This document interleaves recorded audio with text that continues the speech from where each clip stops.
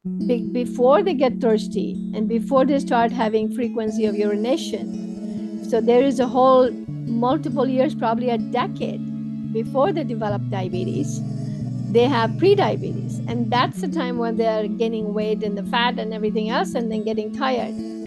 Dr. Anju, welcome to Beyond Diagnosis podcast. I'm so super excited to be talking about diabetes and learning more about your approach through the functional medicine lens. Now, diabetes is considered a chronic health condition and it has an impact on many systems in the body. What is the difference between type 1 and type 2? Well, the type 1 is an autoimmune condition. So let me explain the autoimmune. Autoimmune is where the immune system is attacking some part of the body. And in type 1 diabetes, normally when we call it type 1, when it's diagnosed early in life, it is an autoimmune condition where the immune system now attacks the pancreatic insulin producing cells. And those are the cells that are damaged by this attack. And so it's called type 1 because you need insulin, because the insulin producing beta cells are not able to produce the insulin. So you have to provide the body with insulin. So it is also called insulin dependent diabetes. The type 2, on the other hand, is more related to lifestyle. Like how are you? There are genetic factors as well, but there's a lot of lifestyle. Like, your even genetically, if you look at it, there's also family history. But if you look at the lifestyle, it's a physical activity, what is your activity level and what exactly are you eating, your food and things like that, and your stress levels, various different things that can affect the levels of blood sugar in the body. So if it goes above certain level, technically, if your blood sugar is over 126, we call it diabetes type 2.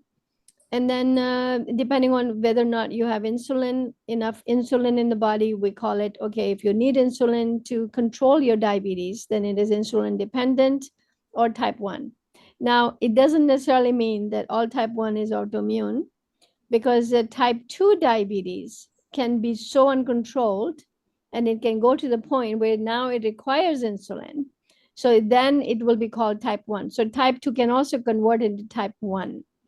And that could be now type 1 diabetes. So it all matters. The only thing that matters is, do you need insulin or not to handle your blood sugar level? What's exactly happening when someone, say, for the type 2 diabetes, have they had an overconsumption of, like, say, carbohydrates or sugar, and now the insulin, the pancreas doesn't produce enough insulin anymore because it's been depleted? What's happened there? Right. It's actually very interesting that you asked me this question, because this is the biggest misnomer, Oh, that people think that you have type 2 diabetes and you don't have insulin. But that's not true. It's the exact opposite. You have too much insulin at times. You have too much insulin, but the insulin doesn't work because there is something called insulin resistance. That means the insulin, even though there is present, the cells are not sensitive to insulin. The receptors don't respond to insulin. So then that becomes insulin resistance. And that's what most type 2 diabetes people have, is the insulin resistance. So we actually measure the insulin resistance as well. And you can do it different ways. We can talk about the testing, but there is various different ways you can check insulin resistance. I don't think there is a particular fantastic test that could be done very simply, because there is still a lot of research going on how to measure the long-term glucose metabolism and the mm. control of glucose, even though we do have, as you know, hemoglobin A1C very commonly checked, which will determine the levels of glucose in your body long term. That is a good test, but the insulin resistance is a different test. So if you eat glucose, for example, you eat sugar, the body should produce enough insulin to push this glucose into the cells so that the cells can use the glucose and create energy. But when you give yourself the glucose and the body produces insulin, but the sugar doesn't come down, you know it's insulin resistance because insulin is present, but is not working. Even though I want to get to what are some of the symptoms so people understand if they are starting to experience diabetes, but I would like to know then why does the cell become resistant to the insulin? Right.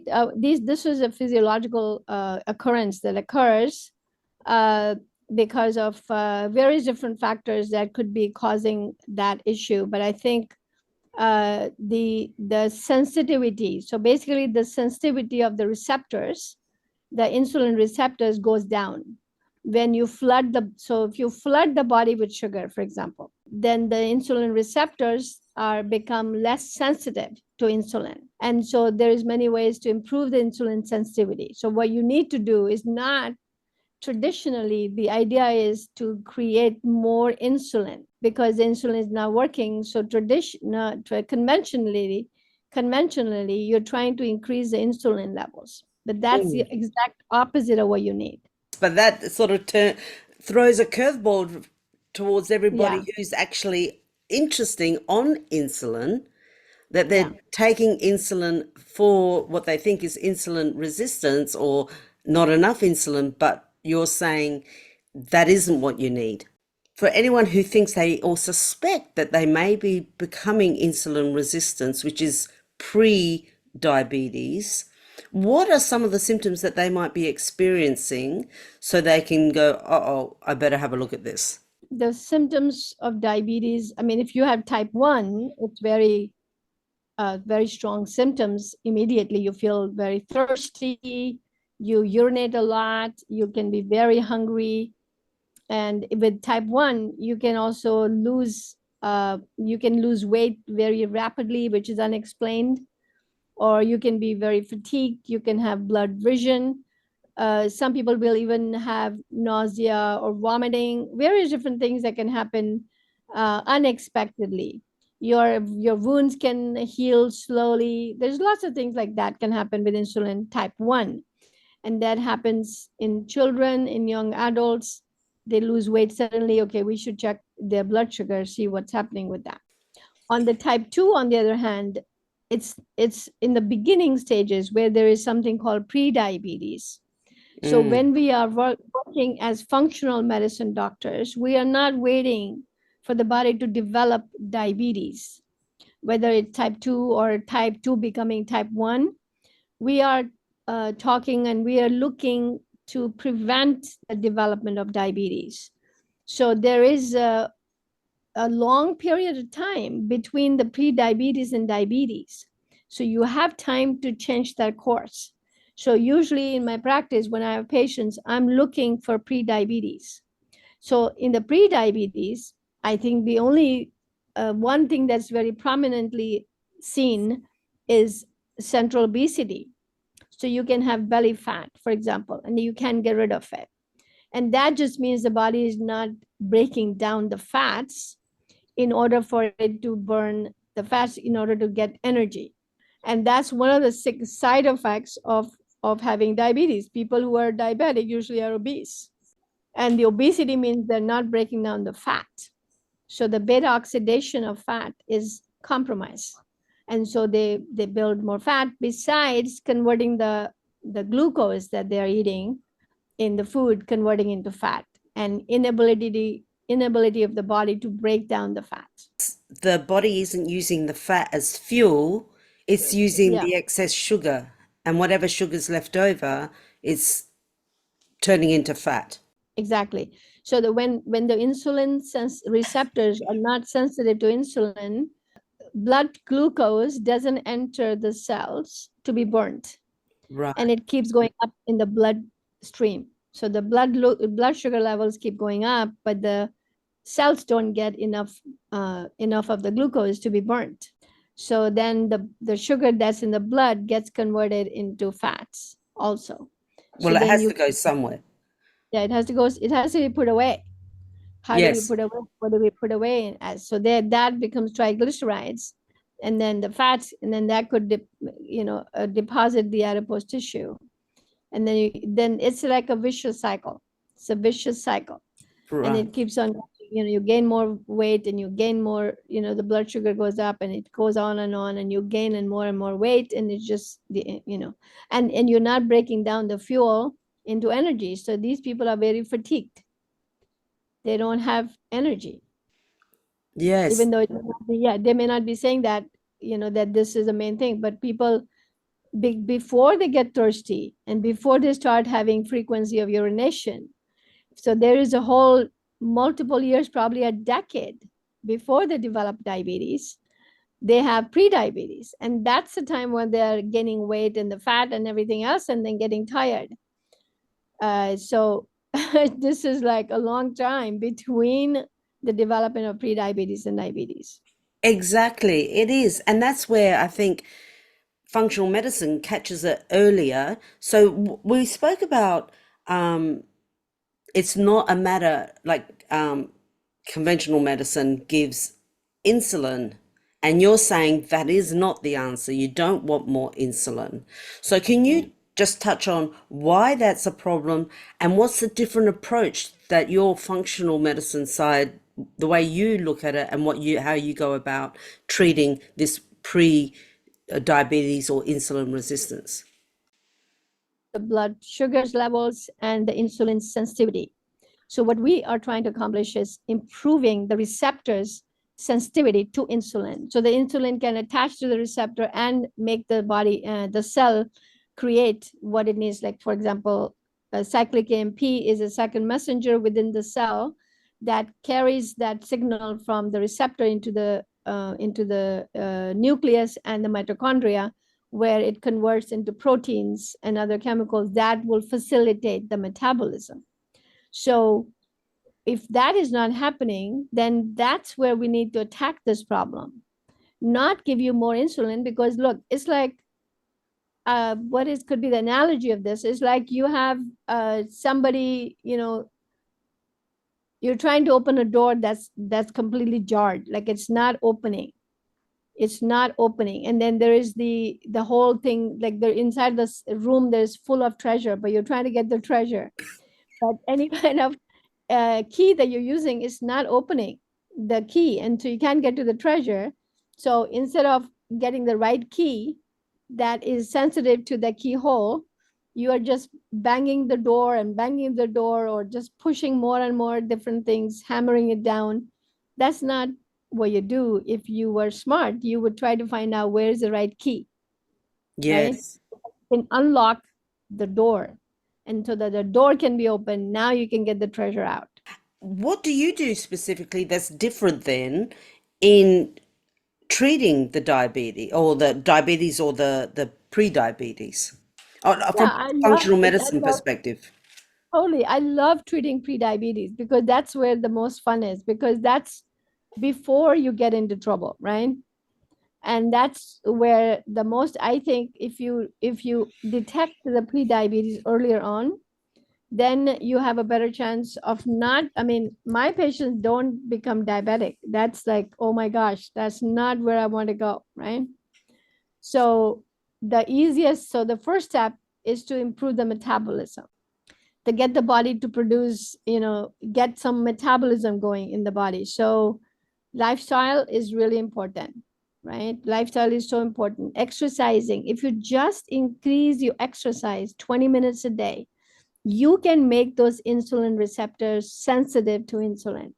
I mean, this is like a basic common sense. Yes, anybody that comes in has any kind of problem, let's exercise, because there's so much things that happen during the metabolism. If you can make those things more sensitive, then you can utilize all the substrates, so we call it substrate or food that is going in. It could be metabolized better because the insulin sensitivity is improved. That's a simple thing to do. Everybody can just start walking. I mean, some people have a lot of pain or chronic pain or whatever, but even just some floor exercises, or even they've got chair exercises now. They're all over YouTube and everything. Why is it that exercise makes it easier for the sugar to get into the cells? What is it about exercise that can help you so much? I think it just improves the insulin sensitivity. Right. Just exercise, you can improve the insulin sensitivity, and you can break down the fat cells. You can just improve the body's ability to burn the fuel. I think that's the easiest way to describe this, is basically that you are improving. How do you improve the insulin sensitivity is the big question, Yes. right? Because if the insulin sensitivity is improved, then insulin will work. So it's not that the insulin is not there. First of all, that's false data. That means there is enough insulin, and this is insulin resistance. Type 2 is insulin resistance. So there's enough insulin. We don't need to give insulin. But the second part of that is that we have to make the body more sensitive to insulin so that the insulin can be effective. So what could we do? There is obviously exercise is a first step. The second step would be to change your diet. Don't eat crap, don't eat like, preservatives, don't eat chemicals, don't eat all these things that are artificial, synthetic, that basically, I think it may be lowering the insulin sensitivities. Right. So those are the things that might be doing that. So why don't we just get rid of these and just eat something that's natural, whole foods and natural, and there's nothing that's processed. I mean, I wouldn't be surprised to see studies on the plastics that we have in Oh, food. that's Every food, interesting. every food is covered with plastic. And Yes. I know I wouldn't be surprised if I start researching, looking at it, there is plastics that could be interfering with the insulin sensitivity. So, how about eating whole foods? Yes. I mean, that is key, isn't it? And what's your opinion, Dr. Anju, on the if you have prediabetes or diabetes, like stay away from carbohydrates, don't eat any carbohydrates. I have a little bit of different concept of it. Yes, obviously, if a person is obese or overweight, that means it's very obvious that they're not able to break down the fats. They're not able to break down. So the beta oxidation is not happening. This is the metabolic reactions and the pathways inside the mitochondria that burns the fuel into energy. And so that's obviously not happening. So that person, every time he eats the carbohydrates, converts it into fat. And Oh, then he goes on and on. It's a vicious cycle. yes. So, but also I've seen it not very common, but I've also seen patients that, so if you eat high fat, high carbohydrate, high fat, high protein diet, then you're not giving the body a chance to convert the carbs into fats. And so you would be able to lose the fat, because now the body is going to be forced into breaking down the fat because there's no carbs to burn pretty fast, right? Yes. So the carbs are going to be not available. So then the fats will have to be burned down. So we have a system called metabolic typing that we do, where we find out what pathways in your body are dominant that are affecting the way the food is broken down, like how is it metabolized in your body. And so we find it's very interesting. A lot of diabetics, maybe it's not necessarily true that every diabetic or pre-diabetic person has to eat very low carb diet. When we say carb, that's another thing. I think the definition of carbohydrates is a bit confusing in people's mind. They don't really know what carbohydrates really mean. I want to clarify that a little bit because I think that would be a big help to people, knowing what is a carbohydrate. So basically, we call it something called good carbohydrates, and there's something called bad carbohydrates. Good and So you bad. Right. good and bad. So you can have bad carbohydrates, which is basically processed, white, and they're either fried. This is all Mm. bad carbohydrates. So if you have French fries, even if it is vegetable, which is a carbohydrate, but when you fry it, it's not a good carbohydrate. It's a bad carbohydrate. Yeah, like a hamburger bun. Yeah. Yeah. That's another example of a bad carbohydrate. It's not a good carbohydrate. It will convert into your body into fat. It's not going to burn.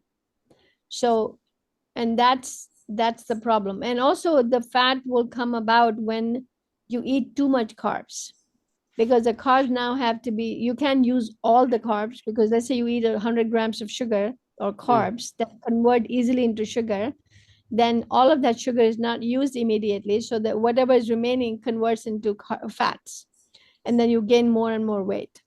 So when you eat those carbs, the bad carbs, French fries, buns, bread, sourdough bread, like people love sourdough bread, and any kind of bread in my mind is a bad carbohydrate.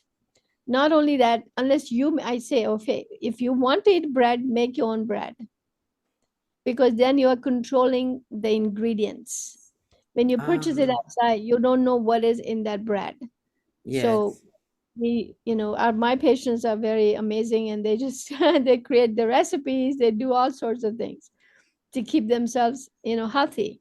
So I would say, stay off of bad carbohydrates as a rule. Whether you are diabetic or not, just don't eat bad carbohydrates, because they're not good for anyone. Like processed sugar, okay, there is no way it's going to be good for anyone. that's right. Yes, Yeah. It's just chemicalized process is just not good. And so those, now there's good carbohydrates, which I think are amazing. So some people who are diabetic doesn't necessarily mean they have to cut out all carbohydrates. It's not true. They have to cut out the bad carbohydrates, but they need to be eating, some of them need to be eating a lot more carbohydrates than normal, because depending on the metabolic typing, they need to be eating good carbohydrates, for example, vegetables. So mm, people don't know that vegetables are carbohydrates. So if you are eating spinach, or you're eating cauliflower, or you're eating broccoli, or eating Brussels sprouts, or you're eating asparagus, whatever you're eating that's vegetable that you can see and feel with your hands is real, now that's a good carbohydrate. right. Yes, yes. And there is so much information out now about eating a whole food diet, isn't it? That, Yeah. the answer to a lot of our problems that we're experiencing, well, our modern day health issues, the big move away from the whole food diet. Yes, that's Yeah. right. It's processed, it's refined, it's chemicalized, preservatives, pesticides. I mean, these are all things that are processed. Yes, yes. So, And I'm interested, just so our listeners know, if they want to see a functional doctor like yourself about their diabetes or their pre-diabetes, what is this? Did you say metabolic mapping? yeah, it's called metabolic typing, Typing, that's it. to What's that find out about? that's really, really cool system of finding out what's the right diet for you. It was originated by Dr. Donald Kelly in the 1970s. He did a lot of research to figure out how does a food is metabolized in people. Different person, one person is different than the next. So it's not, even if I take five pre-diabetic patients, my advice to them will be unique to them. So it's not necessary that every person has to cut out all carbohydrates, or they have to take, I don't know, it depends. If some people may need even 60% carbohydrates, but they don't need bad carbohydrates.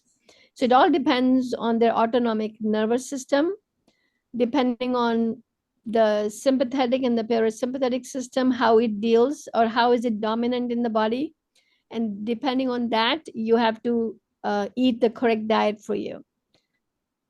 That's I know it's a interesting. whole, yeah. Yeah, I would never have actually thought of the nervous system and how that is related to you getting or managing diabetes. Yeah, I So know. is that where we go? Is that where we talk about the mind body connection and our connection to stress?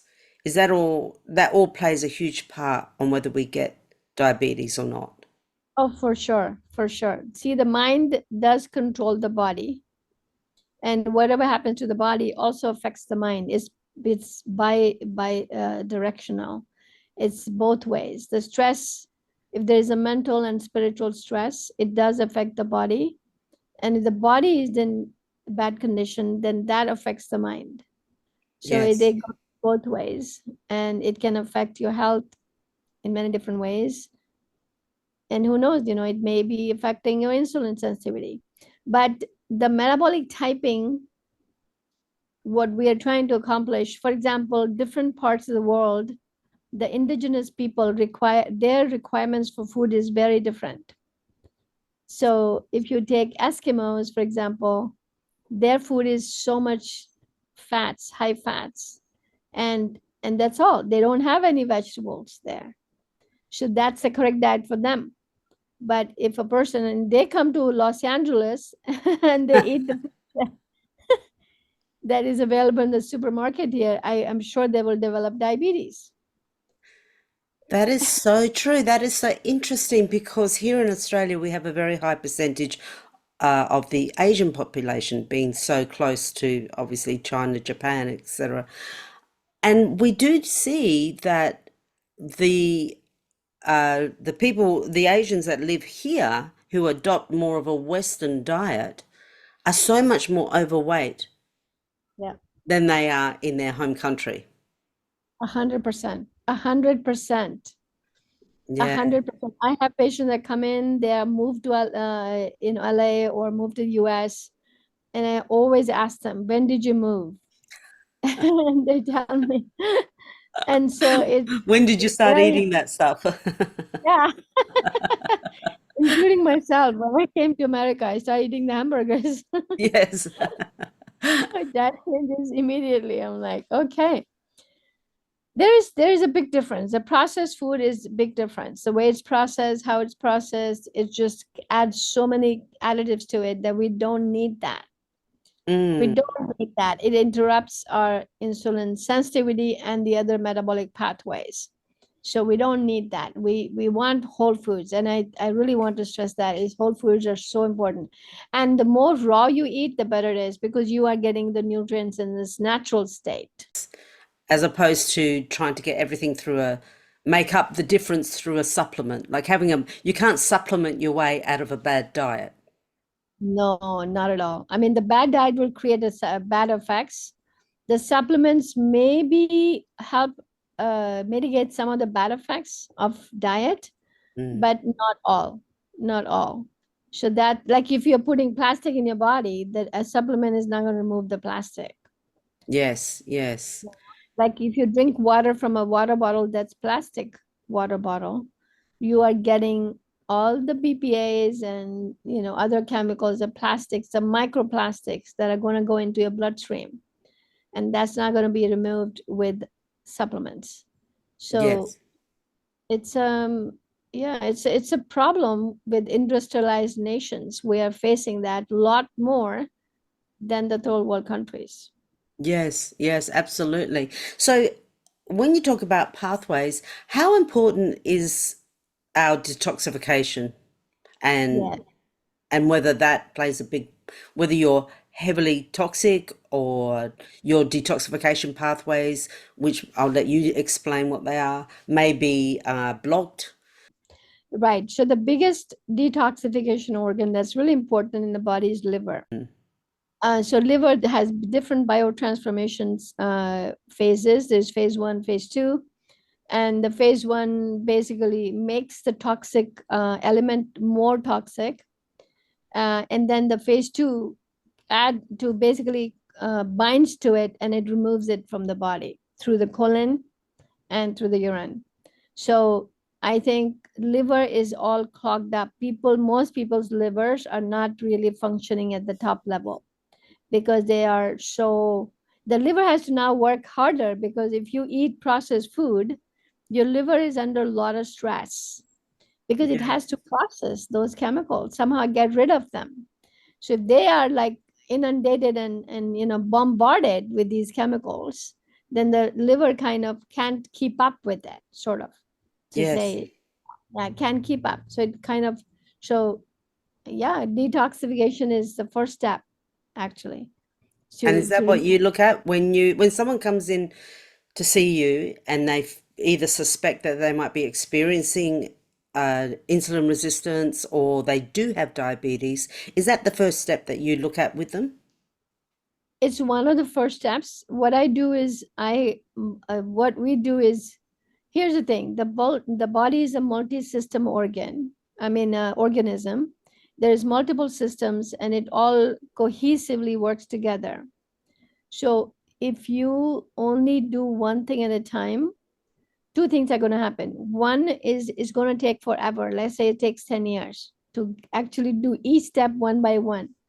And then nobody has the patience for that. So what we do is we start with some of the basic things that we need to start, which addresses multiple systems, and then get it synergistically moving so you can get to your target faster, for example, within 6 months. So my programs run usually between 4 and 6 months, Oh, where we kind of overhaul the body. It's not just open-ended. I don't like it because it's like we kind of make a target. So this is our target. We want to get well within 4 to 6 months. And we want to feel like awesome within 4 to 6 months. This is a concept that I have. Also because I don't have a lot of patience, even though I have a lot of patience, but not a lot of patience because I don't want to see people suffering. I don't like that. So I want to help people feel better as fast as I can. So what we do is we kind of start the people first. Of course, we want the testing first. We want to see what you have, right? So we do functional testing, which is more kind of to the bottom to find out the root causes. And then whatever the root causes are that's contributing to your current state of health, then we pick the ones that are the most important first, and we handle those. And then once they're handled, we go to the next step and the next until you feel like yourself again. And that's the process. Functional medicine shouldn't be looked at as something that's open-ended. I don't think so. I yes. think it should have a pathway, it should have a protocols, exact protocols to get somewhere from the beginning to the end.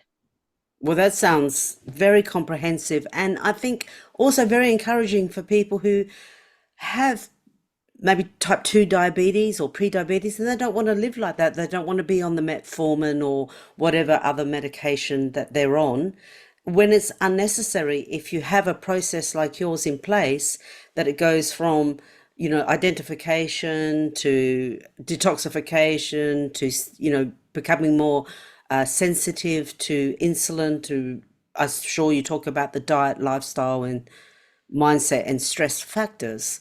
It's a holistic approach as opposed to you have this, here's a medication, which maybe in the beginning some people may need straight up, For sure. but For then it's sure. a choice. Do you want to stay on it or do you want to do something about it?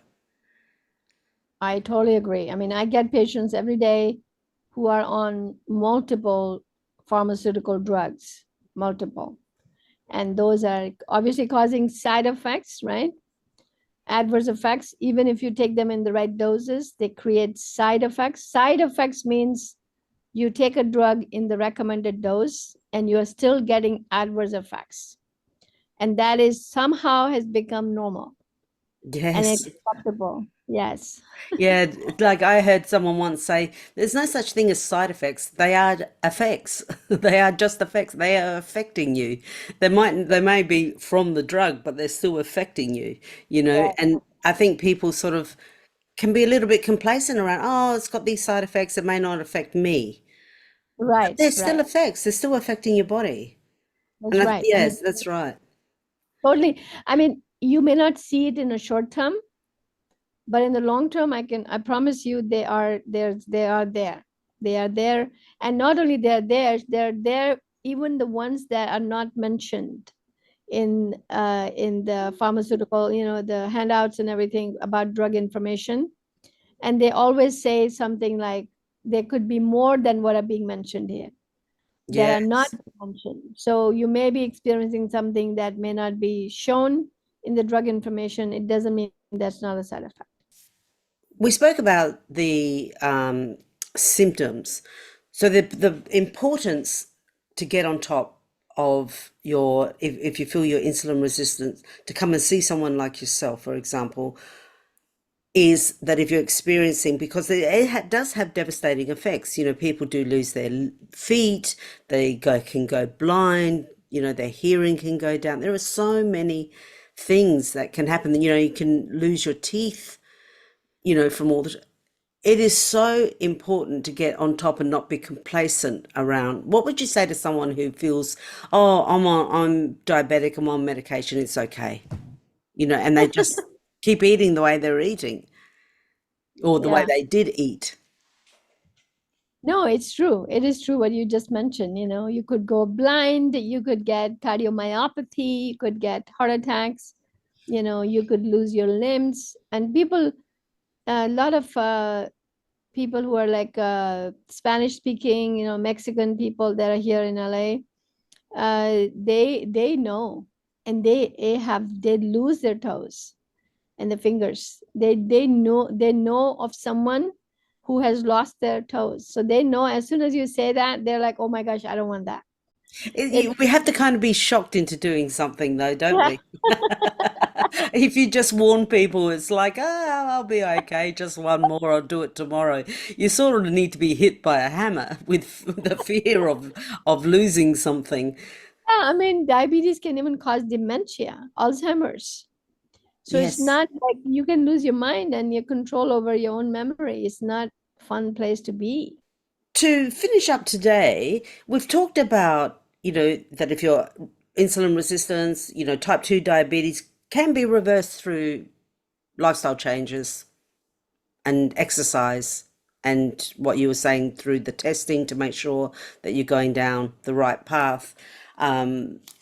Stress is a big player.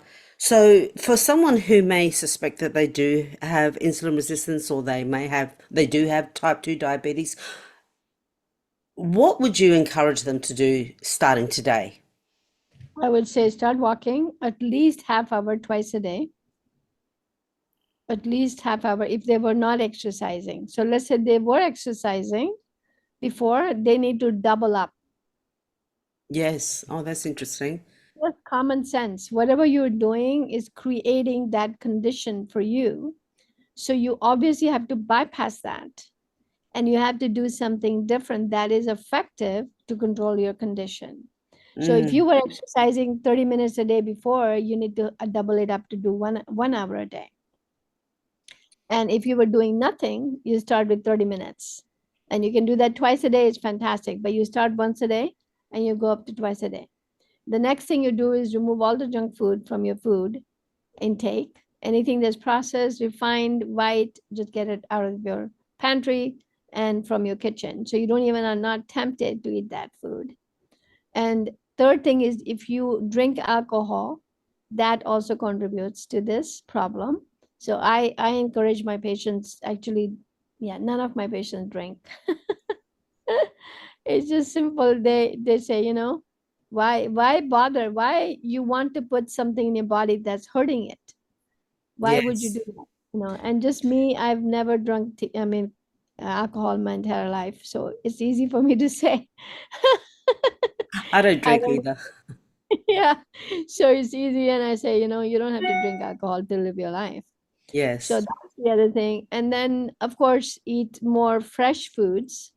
Even if you are eating more fats and proteins, you could still make it fresh. Like even if you're buying, if you buy fresh meats, for example, it is better than the processed meat. So, So so it's got that's to, what, because yeah, keep away from the chemicals, the yeah. plastics, the preservatives, all of that. Just go natural. Exercise. It's kind of just 101 health, isn't it? It's very simple. And it is true for any chronic disease.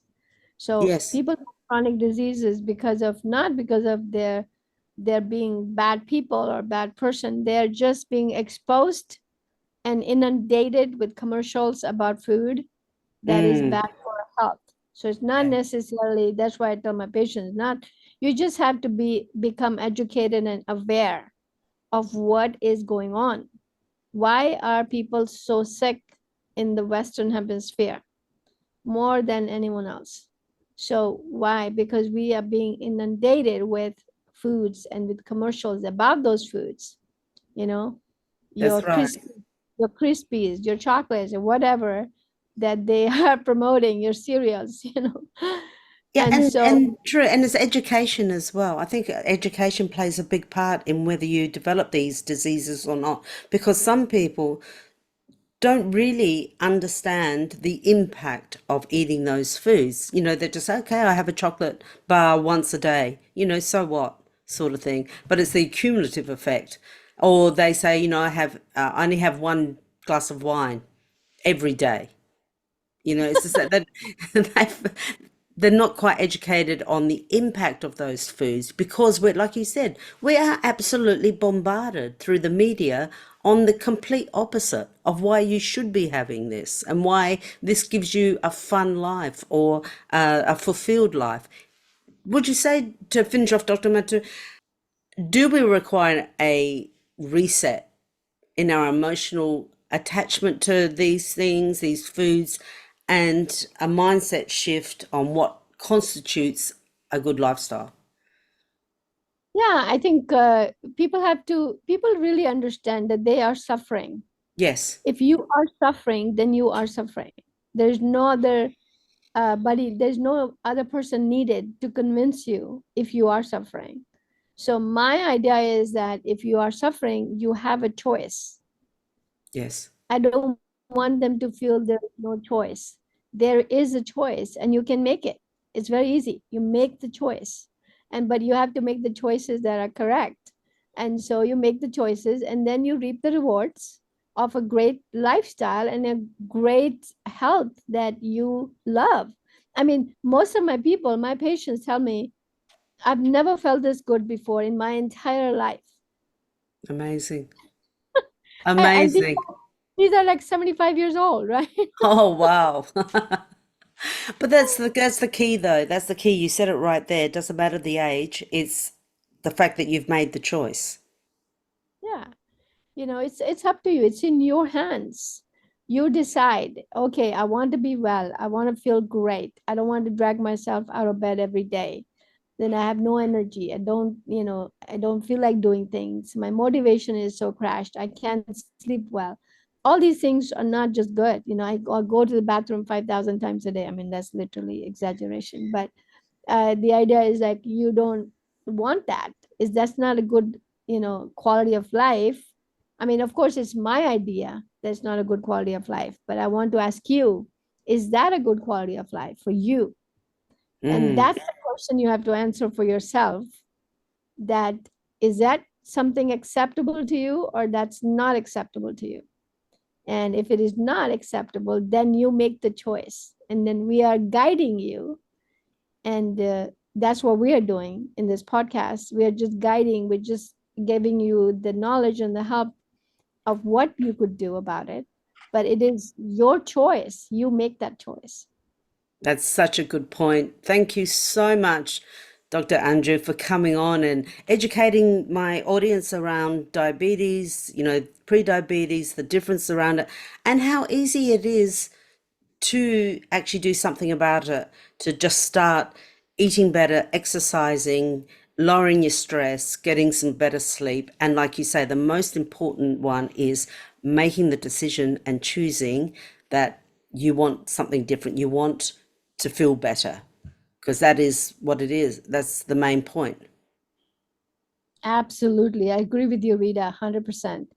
And I thank you for inviting me into this podcast and it share my ideas with people. I hope that people listen to it, and I'm willing to have any questions. If they ask any questions, you let me know. And I would Oh, like to have. absolutely. And in saying that, Dr. Andrews, all her details, her website, all her socials, everything will be in the show notes. So please reach out to her.